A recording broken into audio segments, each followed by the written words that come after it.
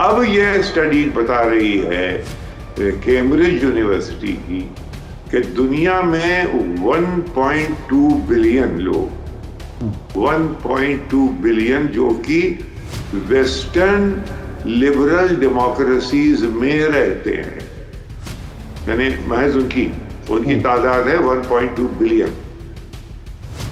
उनका जब ओपिनियन सर्वे किया कैम्ब्रिज यूनिवर्सिटी ने तो मालूम हुआ कि मेजॉरिटी ऑफ पॉपुलेशन जो है वो रूस के खिलाफ तो बहुत ज्यादा और चीन के खिलाफ हो गई है। अब उसमें कोई शक नहीं। दुनिया की पॉपुलेशन को अगर आप देखें तो वो चीन और रूस के साथ है। तो मालूम यह हुआ कि 1.2 बिलियन एक तरफ और 6 बिलियन एक तरफ। यूक्रेन के बाद भारत ने अपने आप को अमेरिकन कैंप से, वेस्टर्न कैंप से जरा सा डिस्टेंट किया। वो कहा नहीं जाता है कि अगर आपने वाकई में एक ऐसी गोली मार दी जिससे रूस गिर गया तो वो फौरन न्यूक्लियर हथियार इस्तेमाल करेगा यूक्रेन में पहले, ताकि फिर नेटो अगर प्रोवोक हो तो फिर देखा जाएगा आगे। तो एक बहुत खतरनाक सिचुएशन बन सकती है।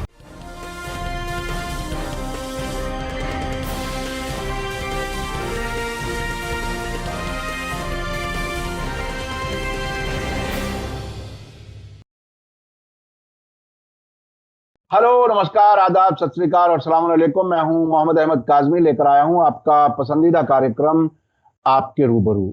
आज संडे है और आज हम सईद नकवी साहब की खिदमत में हैं। समझना चाहेंगे कि दुनिया के वाकयात आखिर किस तरफ जा रहे हैं। आज जिन इश्यूज पर हम सईद नकवी साहब का नजरिया जानने की कोशिश करेंगे वो एक तो ये कि खुद ऑक्युपाइड टेरिटरी वेस्ट बैंक में क्या कुछ हो रहा है, हुवारा का मामला कहां तक पहुंचा है, जहां इजराइल के शिद्दत पसंद फाइनेंस मिनिस्टर बेजलेल स्मोट्रिच कह रहे हैं कि उसको पूरी तरह से खत्म कर देना चाहिए, वाइप आउट की बात कर रहे हैं। उस पर खुद United Nation, America, Jordan, Saudi Arab सबने उसको, उस बयान को कंडम किया है। आखिर इजराइल किस तरफ जा रहा है, क्या हालात हैं, उस पर हम जानने की कोशिश करेंगे।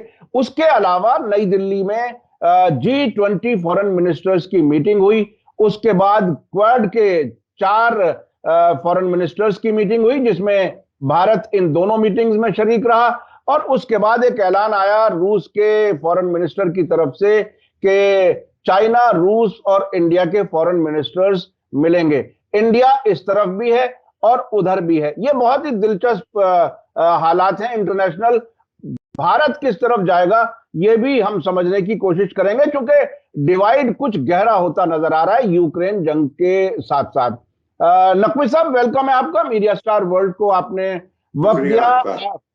हम उम्मीद करते हैं कि आपकी तबीयत रोज बरोज बेहतर हो और आप हमें वक्त दे देते हैं, उसके लिए बहुत बहुत शुक्रिया। नकवी साहब, ये बताइए कि ये आप खुद गए भी हैं, इजराइल गए हैं, वेस्ट बैंक गए हैं और जी जी जी रामल्ला भी आप गए हैं। बहुत ही छोटा सा गांव है ये। जी जी जी जी जी। तो ये आखिर अब इस इलाके की सियासत ऐसे वक्त में जबकि इजराइल अरब मुल्कों के साथ नॉर्मलाइजेशन की कोशिश कर रहा है। अभी पिछले हफ्ते ओमान ने अपना एयर स्पेस इजराइल के लिए खोल दिया है। अब उनके हवाई जहाज सऊदी अरब और ओमान के रास्ते बहुत से मुल्कों को कम वक्त तक पहुंच पाते हैं। ऐसे वक्त में जो एक फ्लेयर अप हो रहा है, खुद यहूदी अपनी सरकार से नाराज हैं, फिलिस्तीनियों से भी टकराव है, खुद सरकार अभी स्टेबल नहीं है। आप इन हालात को किस तरह से देख रहे हैं? देखिए, ये जो तनाव है वो दरअसल एक इलॉजिकल सरकार आ गई है इजराइल में, जो कि यानी आप उस सरकार को तसव्वुर करें।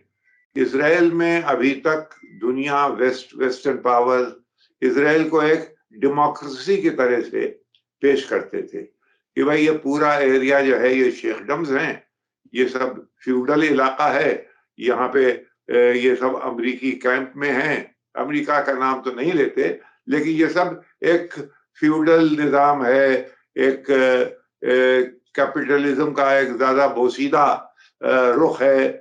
लेकिन अब जो बात चल रही है वो ये है कि इसको अब हम किस तरह से डिस्क्राइब करें। देखिए, किसी हद तक ये इताब हम पर भी नाजिल हो चुका है।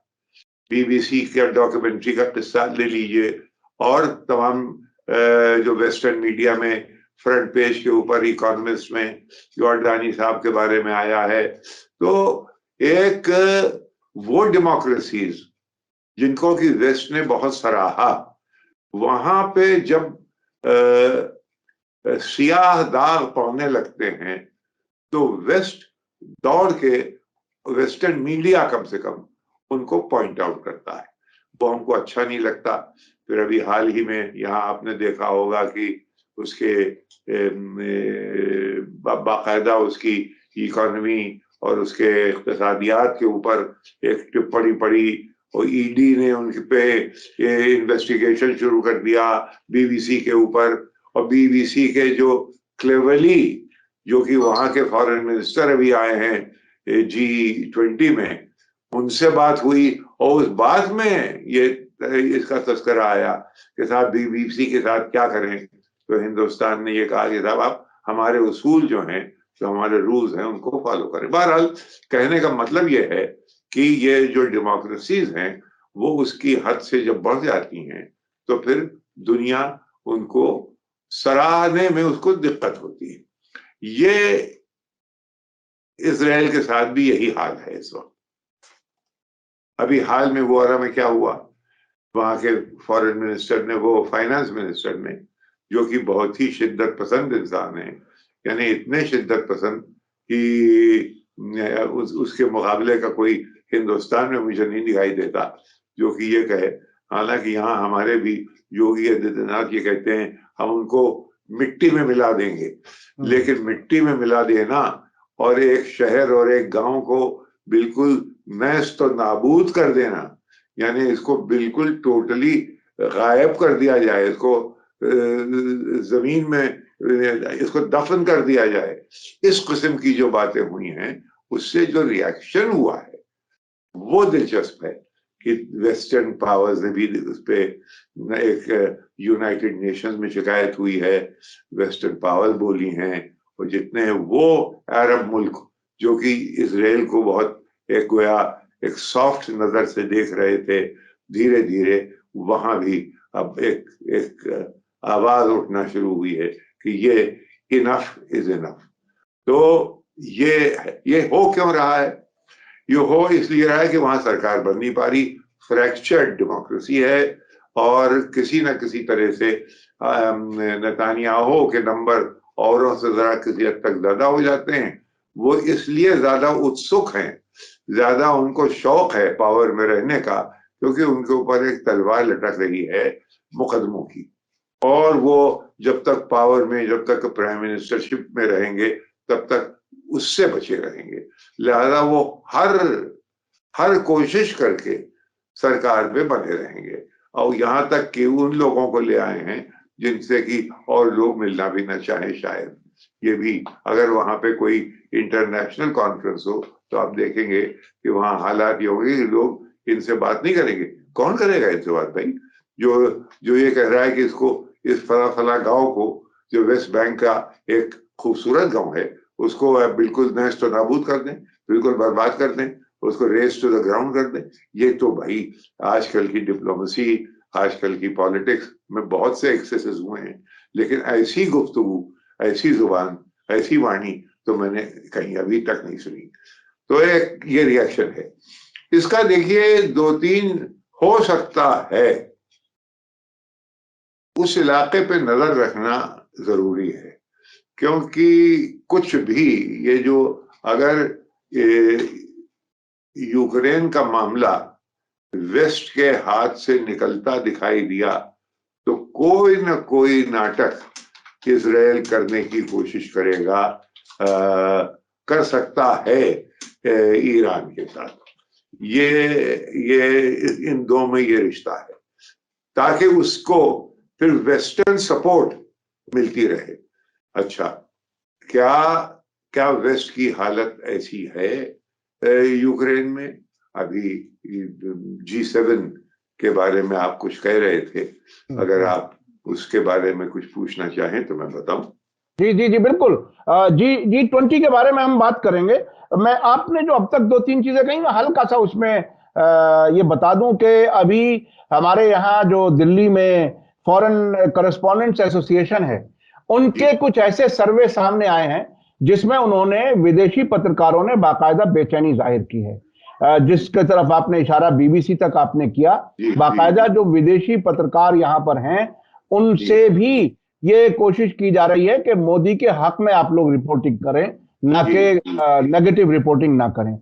दूसरी बात, जो ईरान वाली बात आपने कही, उसमें अभी पिछले एक हफ्ते में दो तीन बातें हुई हैं। ईरान ने अमेरिका को धमकी दी है कि अगर इजराइल की किसी भी ईरान के खिलाफ कार्रवाई में आपने सपोर्ट किया तो अमेरिकी फौजी जो इस इलाके में है उनकी जान को खतरा हो जाएगा।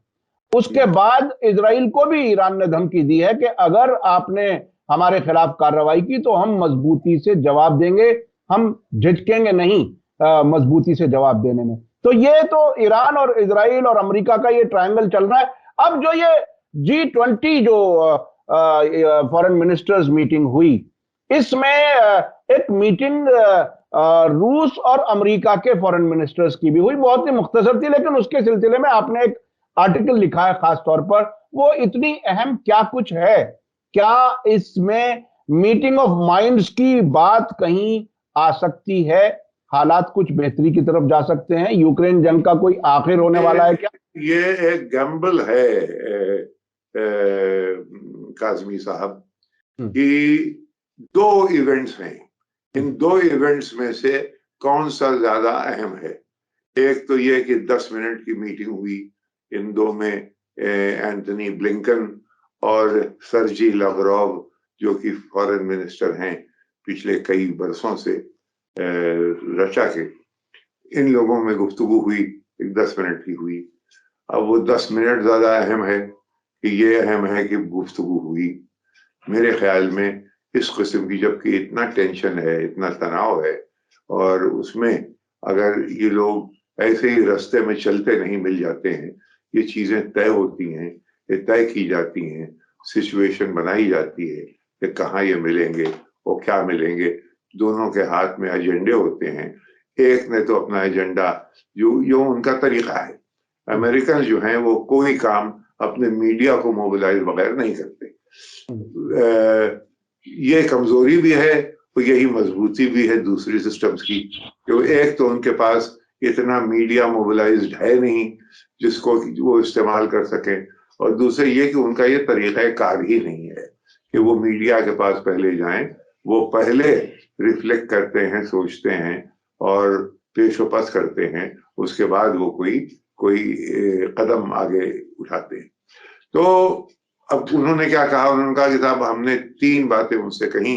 एक तो ये कि ये टेरिटोरियल इंटेग्रिटी और ये वाला मामला जो है, और बॉर्डर सैक्रोसैंक्ट रहें, और यानी इस अगर बातचीत हो सकती है तो उसमें ये हो।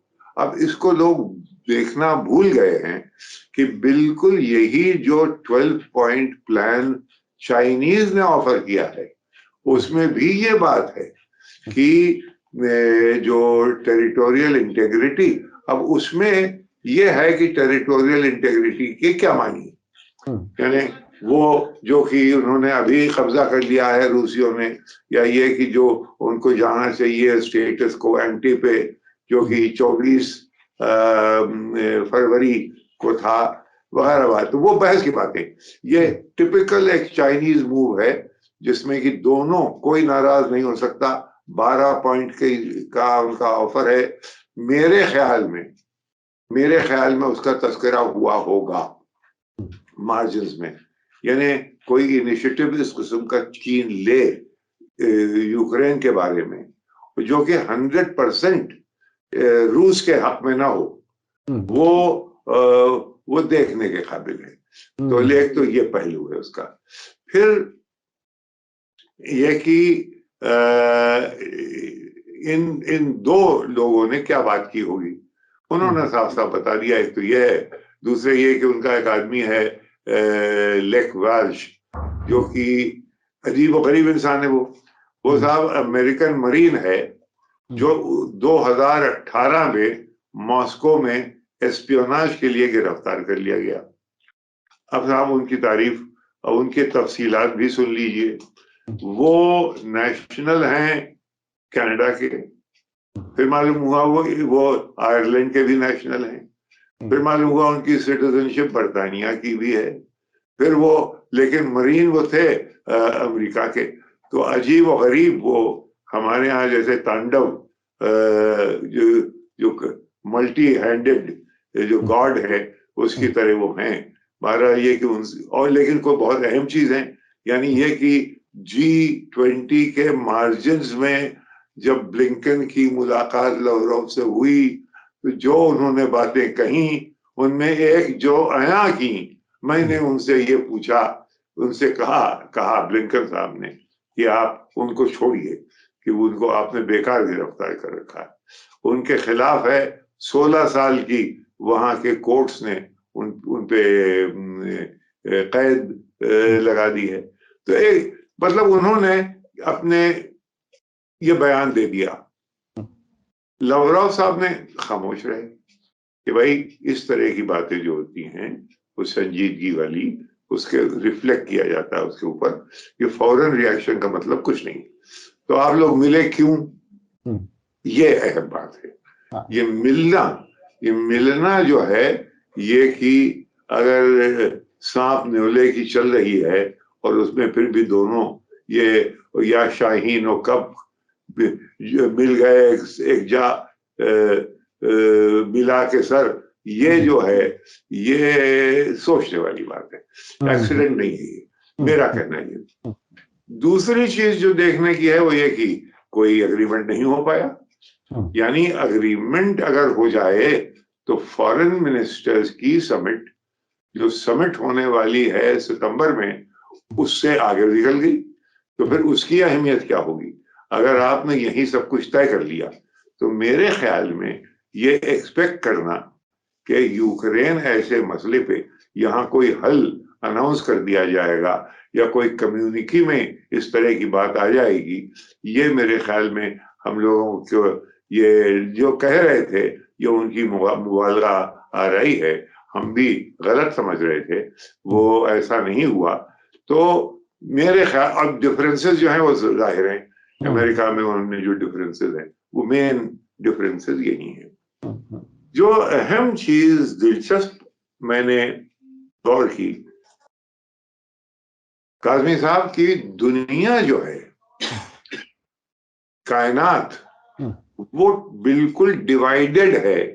यानी अभी तक तो ये था कि आपका point of view European point of view से मुतफिक ना हो, उससे उसके बरक्स हो, लेकिन आपकी बातचीत होती थी, आपके लोग उनसे नफरत नहीं करते थे।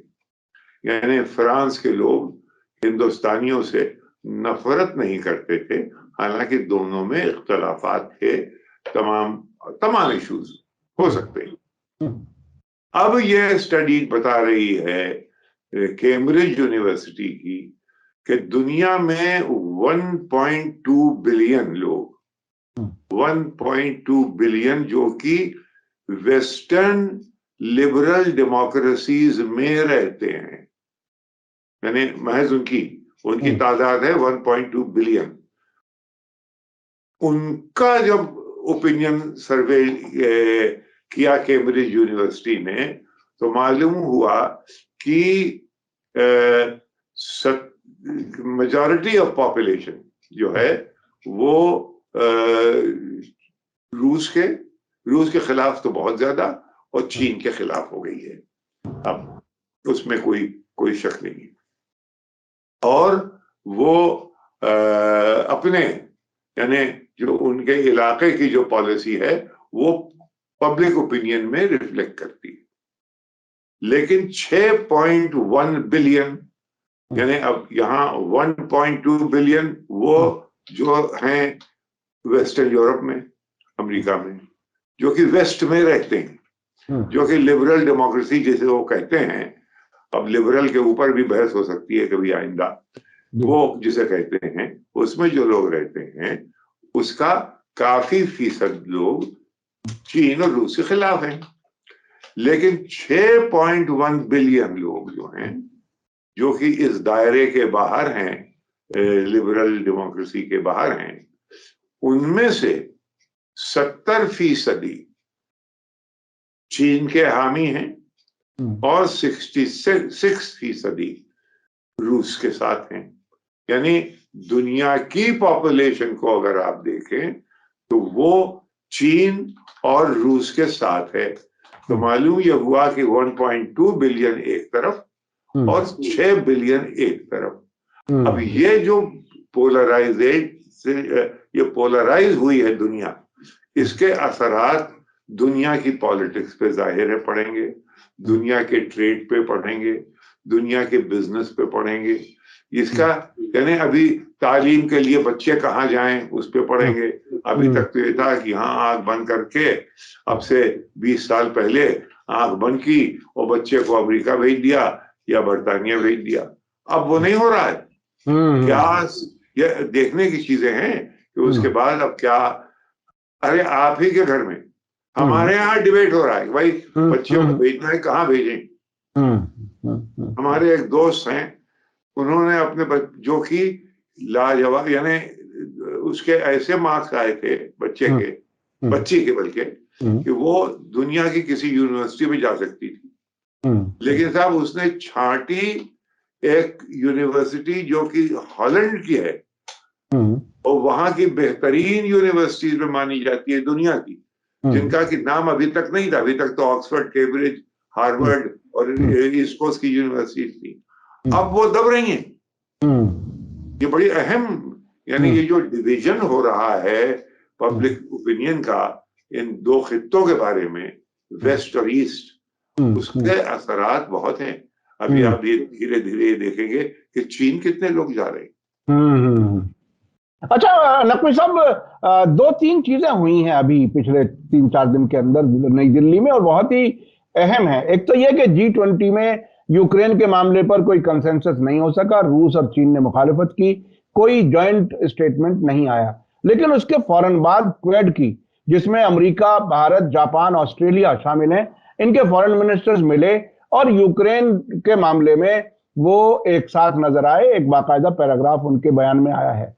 लेकिन उसके फौरन बाद रूस के फॉरेन मिनिस्टर ने ऐलान कर दिया कि रूस, भारत और चीन के फॉरेन मिनिस्टर्स इस साल मिलने वाले हैं।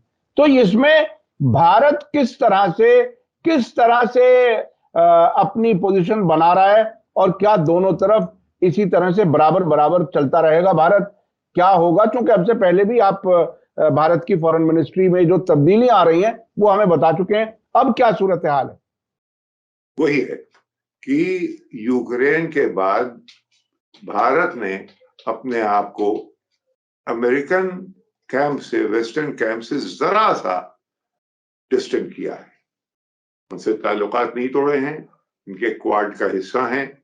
हालांकि क्वाड के अब क्या मानी है मुझे नहीं मालूम, क्योंकि ऑकस उनके ऊपर एक चीज बन चुकी है जो कि ज्यादा बड़ी तंजीम है, जिसमें कि यूरोप, इंग्लैंड, अमेरिका, ऑस्ट्रेलिया, ये सब उसके हिस्सा हैं। जिसकी वजह से अगर आपको याद हो कि कई बिलियन का जो प्रोजेक्ट था जो फ्रांस के पास था सबमरीन को बनाने का, वो अमेरिका ने उससे लेके ऑस्ट्रेलिया को दे दिया। तो गोया ये अभी क्वाड और ऑकस ये सब क्या है, ये अभी आगे आगे देखिए, ये अभी फ्यूचर की चीजें हैं।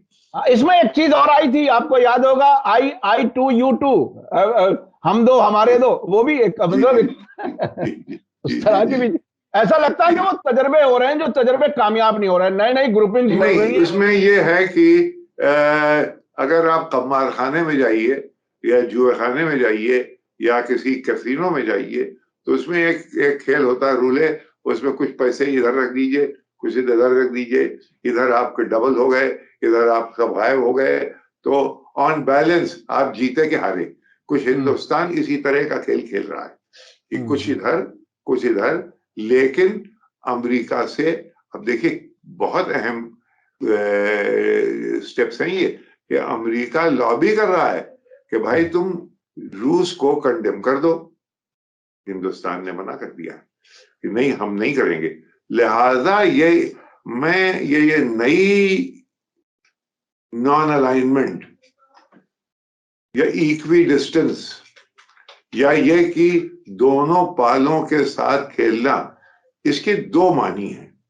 एक तो ये कि हिंदुस्तान ने इस बात को असेस कर लिया है कि ये जंग जिस बात पे छिड़ी है वो मेरे नजदीक, काज़मी साहब, मैं आगे बढ़ के ये कह सकता हूं, और हालांकि ये रिस्की स्टेटमेंट है, उस जंग का ओरिजिनल जो मकसद था वो पूरा हो चुका है। अब आप पूछिए वो मकसद क्या था? वो मकसद ये था कि ये दुनिया का जो वर्ल्ड ऑर्डर, जो हेजेमनी बनी थी 1991 में, जब सोवियत यूनियन कोलैप्स हुआ और एक सोल सुपर पावर बनी जो कि अमेरिका थी, फिर वो 2008 में गिरना शुरू हुई, और उसके बाद जिस तरह से अगस्त में 2021 में वो अफगानिस्तान से भागे, तो ऐसा लगा कि अब ये पावर बिल्कुल खत्म हो रही है। तो एक रेयर गार्ड एक्शन, यानी हम रीअसर्ट करते हैं इसको, वो एक यूक्रेन में ये खेल ताजा किया गया। अब इसमें इसका मकसद क्या था? इसका मकसद ये था कि भाई या तो घेर लो चारों तरफ से, रूस कुछ भी ना बोले और नेटो बढ़ता चला जाए यहां तक कि वो रूस के बॉर्डर पे आ जाए। इतने, हालांकि आपने वादा किया था गोरबचेव से 1991 में कि अब 1 इंच भी हम आगे नहीं बढ़ेंगे, और आप उसके दुगने तिगने फोर्सेस लेके आगे आ गए। तो एक तो ये है कि किसी न किसी सूरत से ये हिंदुस्तान इस बात को समझ गया है कि इस जंग का जो आउटकम है वो हो चुका है। वो ये है कि अब आप आंख बंद करके ये कह सकते हैं, क्या दुनिया में अमेरिकन हेजेमनी वापस आ जाएगी? मेरे ख्याल में वो दौर गया, दौर सरमायादारी गया, तमाशा दिखाकर मदारी गया। अच्छा, ये तमाशा दिखाकर मदारी गया। एक और वाकया हुआ है, व्हाइट हाउस में मुलाकात हुई है जो बाइडेन की और जर्मन चांसलर की, और उसमें जो बाइडेन ने जर्मन के लिए बड़े अच्छे अच्छे अल्फाज इस्तेमाल किए हैं। हमारा नेटो पार्टनर है और हम हमारे ताल्लुकात बेहतर की तरफ जा रहे हैं। लेकिन इसके बीच में एक वाकया हुआ अभी पिछले दिनों कि वो जो ईरान के IRGC को टेररिस्ट लिस्ट में शामिल करने का EU की यूरोपियन पार्लियामेंट ने सजेस्ट किया था, अमेरिका का दबाव नजर आ रहा था, उसमें जर्मनी ने कह दिया कि ये बिल्कुल गैर कानूनी है, कोई कानूनी बुनियाद नहीं है IRGC को टेररिस्ट लिस्ट में शामिल करने की। यानी अब वो शिगाफ अमेरिका और जर्मनी के बीच में, बाकी यूरोपियन मुल्कों के और जर्मनी के बीच में वो एक क्रैक नजर आया। इस वक्त में जो बाइडेन की और इनकी मुलाकात जो है वो उसके क्या मानी है, क्या कुछ हासिल करना चाहते हैं जो बाइडेन? देखिए, आप तो ईरान खूब जानते हैं। ईरान मेरे ख्याल में जर्मनी को अल्मान कहता है। जी जी बिल्कुल जी, आलमान। तो और अल्मान से ईरान के ताल्लुकात हिस्टोरिकली बहुत गहरे हैं। यानी जब आयातुल्लाह, जब इस्लामिक रेवोल्यूशन आया, तो अगर आप ईरान के तमाम इलाकों में जाइए जो कि तेहरान और बड़े बड़े शहरों से अलग हैं, वहां आपको जर्मन ट्रेडर्स मिल जाते थे। जर्मन, तो जर्मनी के ताल्लुकात यानी आयातुल्लाह से नहीं, ईरान से हैं। तो शाह के जमाने में बहुत अच्छे थे और उसके बाद भी अब भी बहुत अच्छे हैं, गहरे हैं। उनके यहाँ इनकी बड़ी टेक्नोलॉजी का अदब है ईरान में, ये तो आप खुद इस बात की तस्दीक कर सकते हैं। तो एक तो पहलू ये है, और दूसरा ये कि वाकया है कि भाई आप जिसको चाहें वो अभी, इसलिए इस वक्त शोल साहब जो हैं वो खुद जरा सा देखिए उन्होंने क्या किया है। वो एंजेला मर्केल जो कि दुनिया में एक स्टेट्समैन ऐसी थी जो छाई हुई थी दुनिया भर के स्टेट्समैन के ऊपर, उससे हट के आप निकल के आए हैं और आप चाह रहे हैं कि उसकी छत्र छाया से बाहर एक अपनी पर्सनालिटी बनाई जाए। उसमें आपने क्या किया कि आपने अमेरिका के साथ हाथ मिला लिया इस बात पे कि नॉर्थ स्ट्रीम 2 अमेरिका वीटो कर दे। भाई उससे तो आपके पास, आपके लोगों के पास तेल आता था, वो आएगा, आज नहीं तो कल आएगा। लेकिन अभी फिलहाल आपने अमेरिका से कहा कि हाँ ठीक है, तुमने उड़ा दिया। अभी एक जर्नलिस्ट बहुत बड़ा है जो आपके सामीन अगर गूगल करके ढूंढें, सीमोर हर्ष, उसने बाकायदा एक इन्वेस्टिगेशन किया, बहुत बड़ा जर्नलिस्ट है इन्वेस्टिगेटिव, उसने कि किस तरीके से नॉर्थ स्ट्रीम को सैबोटाज किया गया अमेरिकन के हाथ, अमेरिकन इंटेलिजेंस एजेंसी का उसमें हाथ था, ये बाकायदा उसने, और उसका कोई किसी ने उसको अभी डिनाई नहीं किया। ये है। अब वहां की पब्लिक ओपिनियन जर्मन की क्या है, देखिए असल दिक्कत ये है काज़मी साहब कि हमारे पास जराए इंफॉर्मेशन के नहीं है, हमें नहीं मालूम कि जर्मन की पब्लिक ओपिनियन क्या है इस मामले में। हमें हम तक वो खबरें पहुंचाने वाला आला नहीं मौजूद है।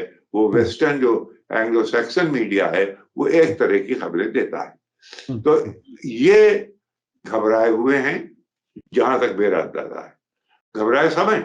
यानी मैक्रोन तो बाकायदा उसने ये इनकी जो प्रपोजल है चाइनीज का, मैक्रोन ने कहा मैं बीजिंग जाऊंगा इसके बारे में बात करने, इसमें बहुत सी ऐसे अलामतें हैं जो कि कारामद हैं, उसने कहा।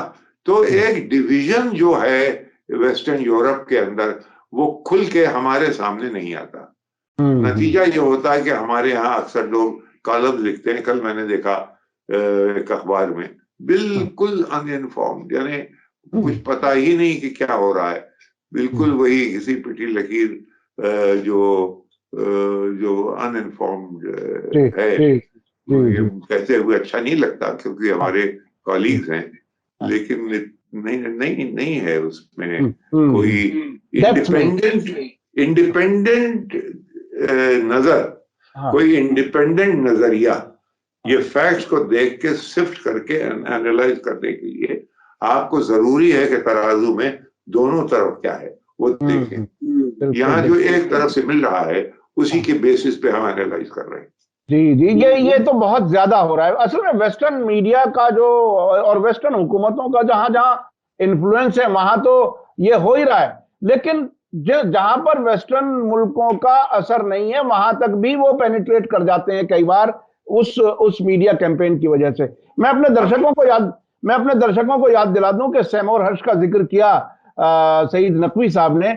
ये वही इन्वेस्टिगेटिव जर्नलिस्ट हैं जिन्होंने 9/11 के बाद 2001 में जो कुछ हुआ अमेरिका में, जिसे 9/11 अलकायदा से जोड़ करके देखा जाता है और हुकूमत अब भी वही कहती है, लेकिन उसमें उन्होंने कुछ ऐसे हकायक सामने लाए थे कि उसके बाद तकरीबन उन्हें खामोश कर दिया गया और अब 9/11 पर कोई इन्वेस्टिगेटिव स्टोरी नहीं होती अमेरिका में। ये है डेमोक्रेसी का, लिबरल डेमोक्रेसी का एक चेहरा जो नजर आता है कि मीडिया को किस तरह से कंट्रोल किया जाता है। नकवी साहब, आपसे हम जब भी बात करते हैं बहुत चीजें हमें मालूम होती हैं और उस गहराई से इंफॉर्मेशन हमें मिलती है। हम आपके बहुत शुक्रगुजार हैं कि आप हमारे लिए वक्त निकालते हैं। कोई कंक्लूडिंग रिमार्क्स के तौर पर अगर आप कहना चाहें, इस वक्त अब क्या कुछ नजर आ रहा है? देखिए, सबसे नजर आपको रखना चाहिए। जैसे कहते हैं कि फुटबॉल में keep your I on the ball, गेंद देखो किधर जा रहा है। तो ये मेरी नजर में जो बाइडेन ने एक प्रेस कॉन्फ्रेंस की थी 30 दिसंबर 2022 को, तब अपने मैं फाइल्स को जब देखता हूं और अपने नोटबुक्स को देखता हूं तो मुझे उस प्रेस कॉन्फ्रेंस में वो दिखाई देती हैं चीजें जो कि और कहीं नजर नहीं आती कि बाइडेन की मंशा क्या है। अगर आपके पास वक्त नहीं है, वरना मैं आपको इलैबोरेटली बताता। मुख्तसर जो आपने उसमें कंक्लूजन कुछ समझाओ, वो थोड़ा सा ब्रीफ में बताओ। वो ये है कि इन्होंने, इनके एक प्रेस के आदमी ने सवाल किया कि साहब आपके ऑफिशियल्स कहते थे कि हम पेट्रियट बैटरीज इसलिए नहीं दे सकते यूक्रेन को कि एक एस्केलेशन हो जाएगा जंग का। अब आपने आज अनाउंस कर दिया कि आप पेट्रियट बैटरीज दे रहे हैं। अरे भाई, खुदा के वास्ते, जो कुछ वो मांग रहा है, ऐसा ये प्रेस कॉन्फ्रेंस हुई है जबकि 3 घंटे की मीटिंग हो चुकी है ज़ेलेंस्की के साथ। तो भाई, जो कुछ वो मांग रहा है उसको आप दे दीजिए ताकि वो किसी तरह से रूस से अपनी टेरिटरी ले ले और मामला खत्म हो। तो बड़े चक्कर दीजिए खत्म, आप कहते क्या है इसके बारे में? तो उन्होंने इशारा किया ज़ेलेंस्की की तरफ। उन्होंने कहा कि जो आप कह रहे हैं वो तो कह देंगे यस, तो इसका मतलब ये कि ये कहेंगे नो, क्योंकि अंदर जो गुफ्तगू हुई थी ज़ेलेंस्की से उसमें यही था, वो मांग रहा था वो हथियार कि हम इनको खत्म करें।